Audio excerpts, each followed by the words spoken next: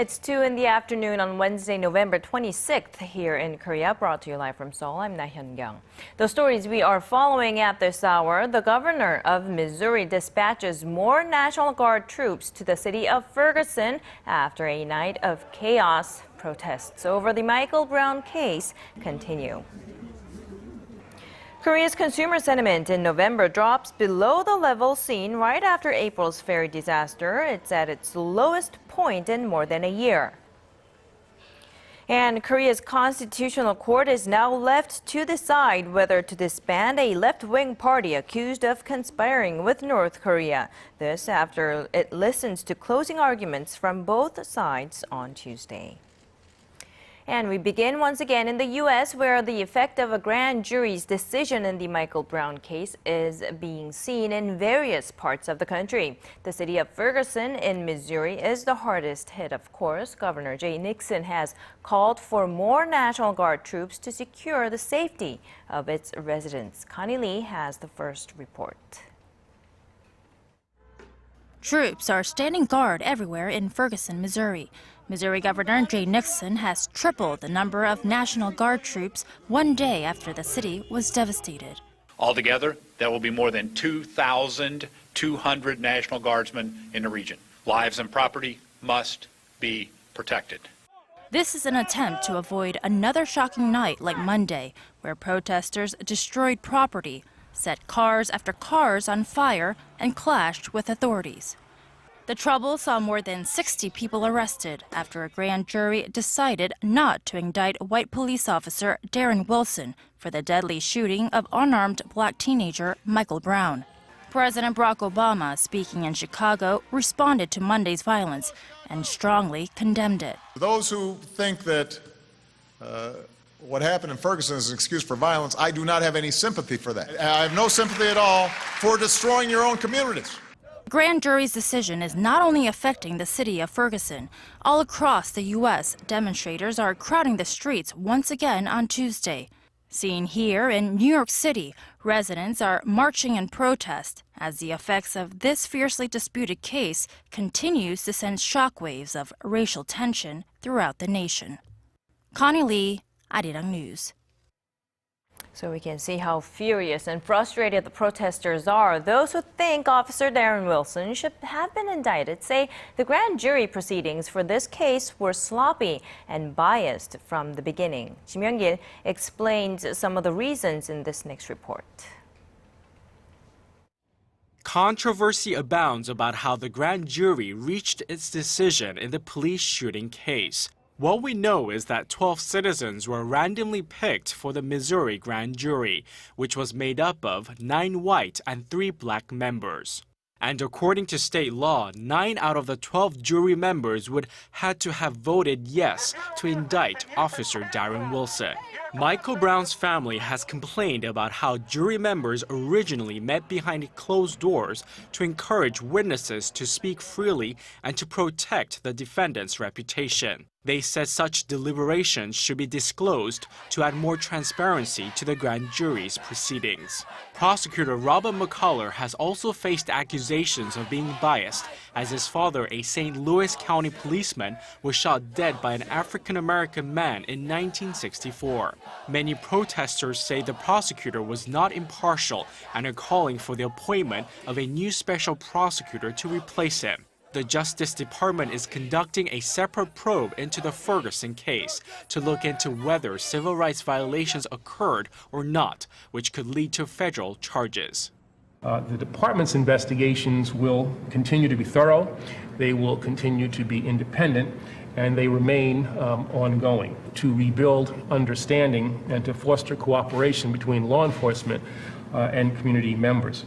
The department will also look into the Ferguson Police Department to examine possible patterns of discrimination. Michael Brown's family is pushing for a new legislation that will require all police officers to wear body video cameras. Kim Young-gil, ARIRANG News. Now, as for the U.S. economy, though, there's optimism as it appears to be continuing on its recovery streak. The Commerce Department raised the country's third quarter GDP growth to an annualized 3.9% from the 3.5% rate reported last month. The gain was attributed to improvements in business and consumer spending, coupled with a 4.6% surge observed in the second quarter. The fresh figures mark the strongest 6 months of growth the American economy has seen in more than a decade. Now let's come back to Korea. The OECD has lowered its growth forecast for the Korean economy for next year to 3.8%. That's lower than its previous forecast of 4.2% made in March. The agency pointed to mounting household debt as the biggest risk factor stemming from government policies to boost the nation's housing market. It warned that Seoul should make a cautious move in its push for such measures. As for the year 2016, the OECD projected the Korean economy to grow 4.1%.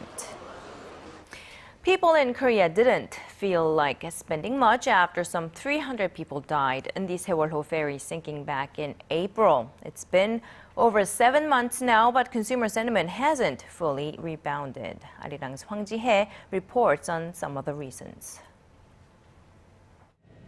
The Korean government is trying to boost economic sentiment through a set of aggressive stimulus measures, but those efforts are not bearing fruit, not yet, at least. The Bank of Korea says the country's consumer sentiment index came in at 103 this month, down 2 points from a month earlier. The figure is even lower than the level recorded just after the Seoul ferry sinking in April, a tragedy that seriously dented private consumption. The index hovered at around the 108 level in the first 4 months of this year, but dropped to 105 in May following the disaster. Despite the drop, a reading above 100 indicates that optimists still outnumber pessimists. The monthly index reflects the overall economic outlook of consumers, their living conditions, and future spending plans. The central bank says the drop in this month's index largely stems from sluggish domestic demand and worsening global economic conditions like the weakening Japanese yen and the U.S. Federal Reserve cutting back its stimulus measures. Experts add that concerns over the slowing profitability of local exporters were also reflected in this month's Consumer Sentiment Index.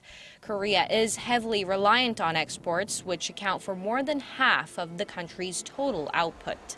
Hwang Ji-hye, ARIRANG News.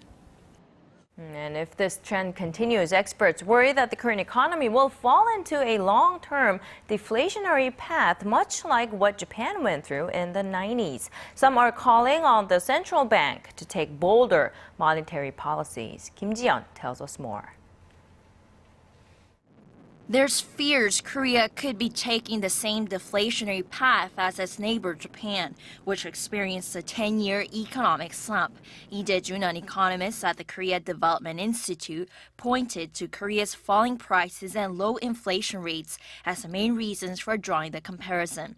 The country's consumer prices remain trapped in the 1% range for a full 2 years due to low demand, recording well below the government's target of 2.5 to 3.5%. It's a dismal sign as sluggish demand was attributed as the main reason for deflation. In Japan's case in the early 1990s, dragging down the country's real estate prices and its GDP deflator, which measures the prices of all domestically produced goods.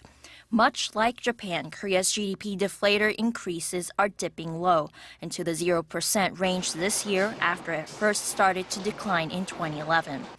The researcher warns Seoul should be more vigilant and take preemptive measures to tackle the country's low inflation rate, such as cutting its main benchmark interest rates.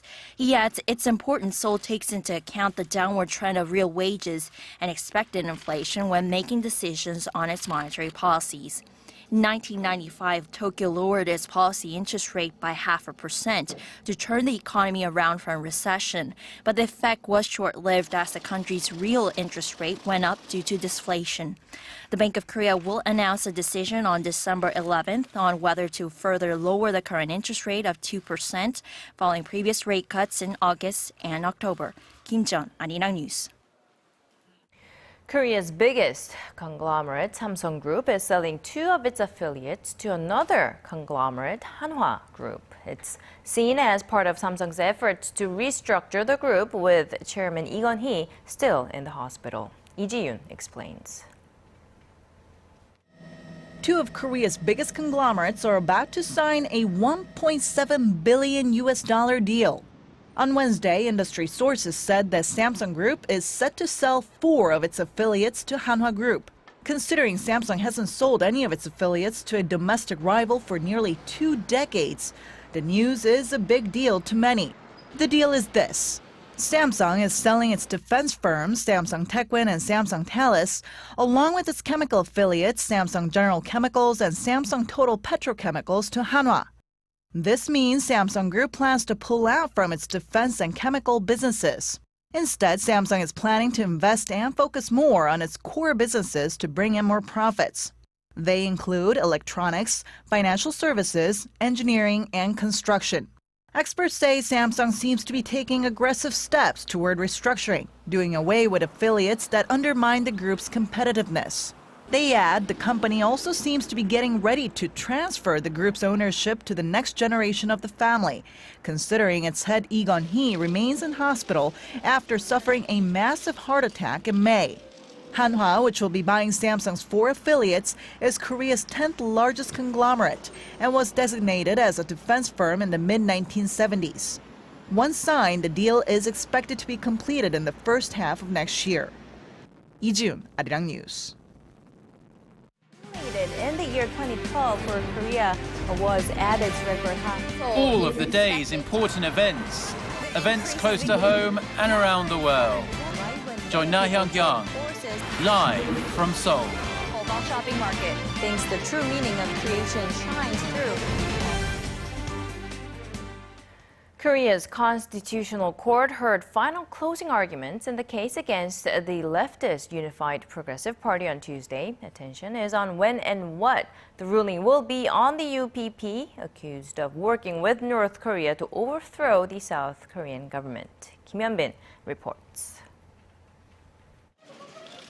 The Constitutional Court on Tuesday heard closing arguments in a trial that will ultimately determine whether the minor opposition Unified Progressive Party will be forced to disband over accusations it had plans to overthrow the government.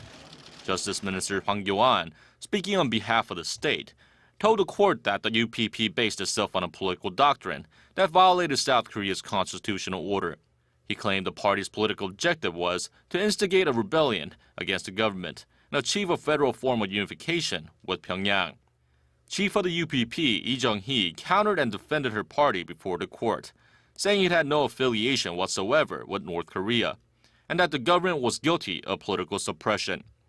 The accusations date back to last year, when lawmaker Lee Seok-gi and 3 UPP members were arrested on charges of plotting to topple the South Korean government and blow up major government facilities in the event of a war with the North. They are still awaiting a Supreme Court ruling on those charges. The Constitutional Court did not decide when they would deliver the ruling to determine whether the UPP will be allowed to continue on as an official party. If they are forced to disband, it will mark a first in Korean history. Kim Hyun-bin, ARIRANG News. Now, President Park Geun-hye says she wants to cooperate with Hong Kong in realizing her vision for a creative economy. Meeting with Hong Kong Chief Executive C.Y. Leung at her office on Wednesday, President Park compared Korea's push for a creative economy to spur growth with Hong Kong's strategic cultural and creative industries.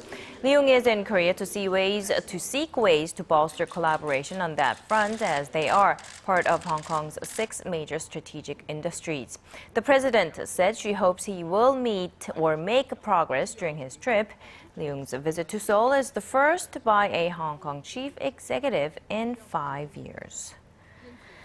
Technology doesn't just make our lives more convenient, it can mean life-altering. It can make life-altering changes for those living with disabilities. Our Son Jung-in shows us one of the latest examples.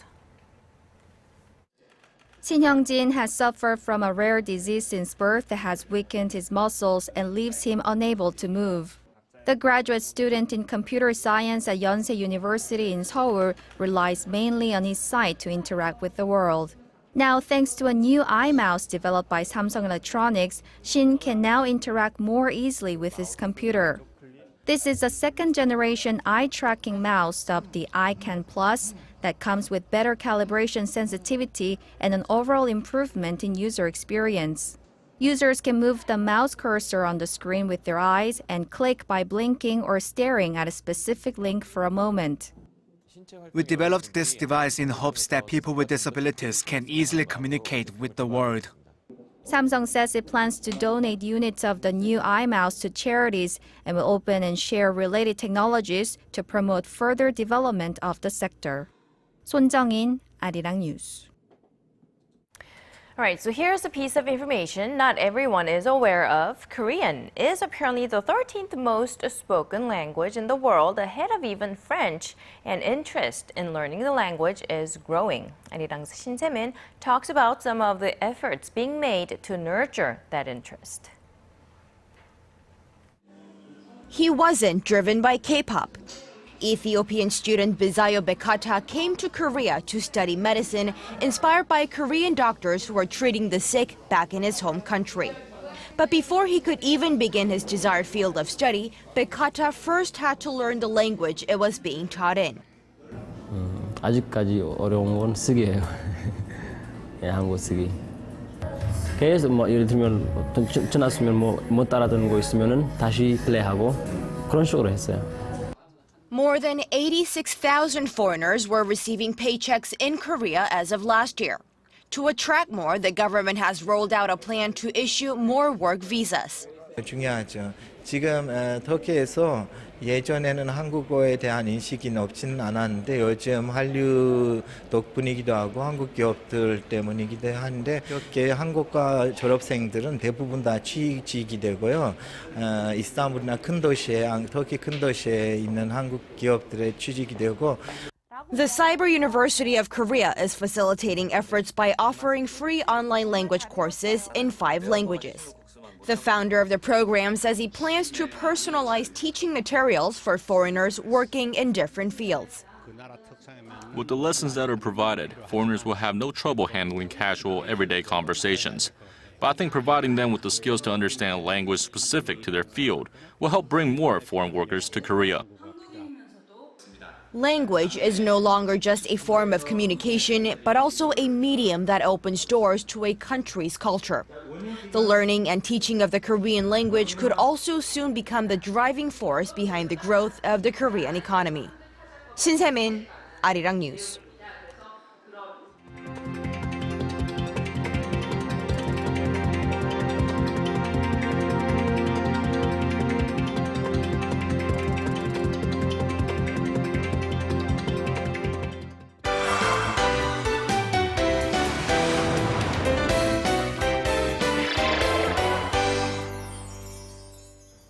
Now, earlier this year, roughly 80 South Koreans were reunited with their North Korean family members after being separated for more than 60 years. But those yearning for a chance to meet with their long-lost loved ones are not just here in Korea. Our Im Yun-hee joins us for this. Good afternoon, Yun-hee. Good afternoon. So, after the Korean War, many Koreans did immigrate to the United States. And although they lived thousands of miles away for decades, they of course cannot forget the loved ones they left behind, especially in North Korea. So recently a documentary was released bringing awareness to this issue, so take a look.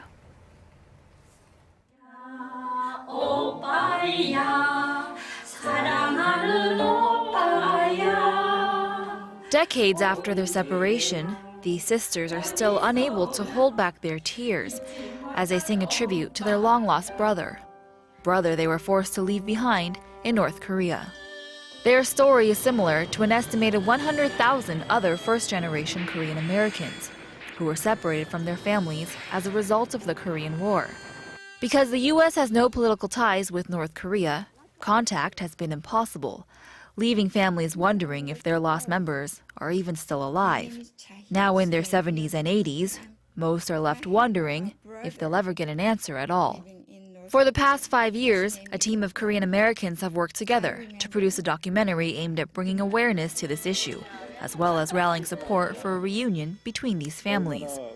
Through interviews and meetings, second-generation Korean Americans Jason An and Eugene Chung uncover the heartbreak and burden these family members have endured, now grandmothers and grandfathers, who are still hoping that someday they'll be able to see the faces of their beloved family members once again. The documentary is 50 minutes long, but goes in depth with 3 of the 100,000 who were separated on the Korean peninsula, shedding light on the pain of a divided family. This film has been screened at various locations around the U.S., including the U.S. Congress, Harvard University, and at the Asan Institute for Policy Studies in Seoul. With each screening, the team hopes to bring House Concurrent Resolution 91 into effect, which will potentially open opportunities for separated family members to be reunited. So has it made any progress in terms of pushing that goal forward? So you heard in the report, the House of Concurrent Resolution 91, that was actually introduced to a congressional committee on March 6th of this year. Now it, quote, encourages the reunions of Korean Americans who were divided by the Korean War from their relatives in North Korea. So ultimately, they are trying to ask Pyongyang to meet them sort of halfway and arrange for these reunions. And people in South Korea, here in South Korea, they can also watch this clip? Yes, exactly. So this video is available on YouTube and also on their website. You can see both of them. So they really want to encourage more people to watch, as many as possible, because they believe with more awareness of this issue that the resolution will be passed. And so hopefully they can arrange a reunion in the near future. And it's an effort that the South Korean government is really pushing for, and President Park Geun-hye really has a huge goal of making more of these reunions available for those who are separated. Exactly. So you mentioned earlier that there was a reunion earlier this year, and so this is exactly the result that the filmmakers are trying to achieve with this particular documentary. They really want to encourage people to really pursue for this kind of reunion for those who are living in the United States. I think it's a topic that needs to be discussed in a lengthy basis. Right. I wish we had more time. Thank you very much, Ayuni, for coming to the studio today. It was a pleasure.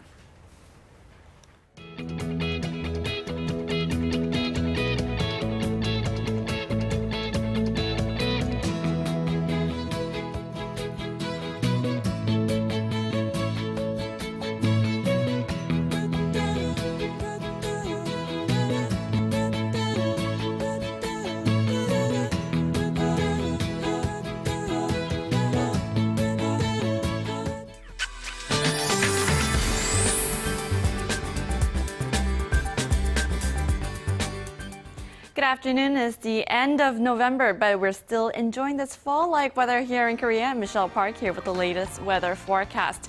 We began with a cloudy morning, but things are clearing up due to the high-pressure front coming from China.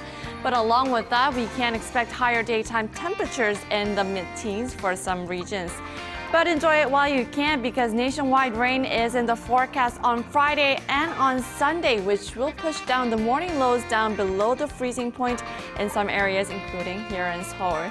And to our readings for today, Seoul will peak at 15 this afternoon. Meanwhile, the southern cities such as Gwangju and Busan will top to 15 and 16 degrees.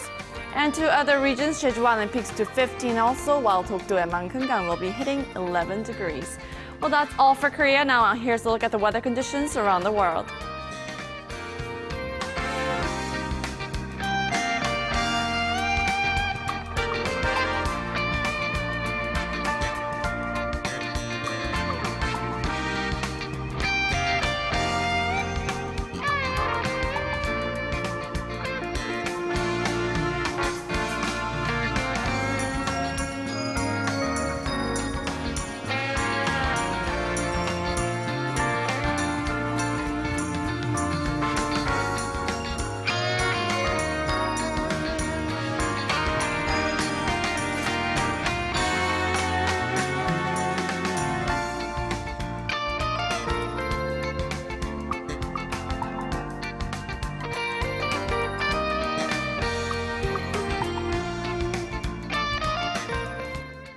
And that's a wrap from us at this hour. We'll be back at 4 p.m. Korea time. Thank you for watching.